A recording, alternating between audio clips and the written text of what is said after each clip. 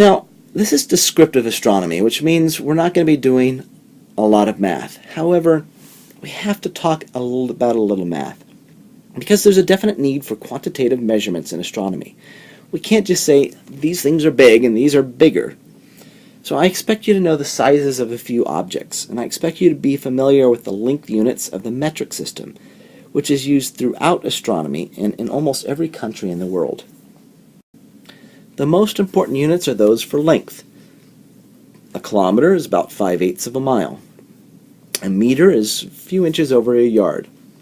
A centimeter is about 0.4 inches. And a millimeter is 1/10 of a centimeter. You should be familiar with the powers of 10 notation, called scientific notation. We'll go through some of that real quickly, which is necessary in astronomy to avoid spending all of your time writing and counting zeros. So, before we go anywhere, we're going to talk a little bit about scientific notation. We use it to be able to discuss large and small numbers. For example, the distance to the Sun is about 150 billion meters, which is written as 1.5 times 10 to the 11th meters. Or the time from turning on a light switch from when the light turns on is about 0.0000000001 seconds, or 1 times 10 to the minus 9 seconds. We can also use prefixes to indicate powers of 10. So for example, a kilometer is 1,000 meters. A nanosecond is 10 to the minus 9 seconds. So here I've given you a list of the prefixes. You don't need to have all of these memorized.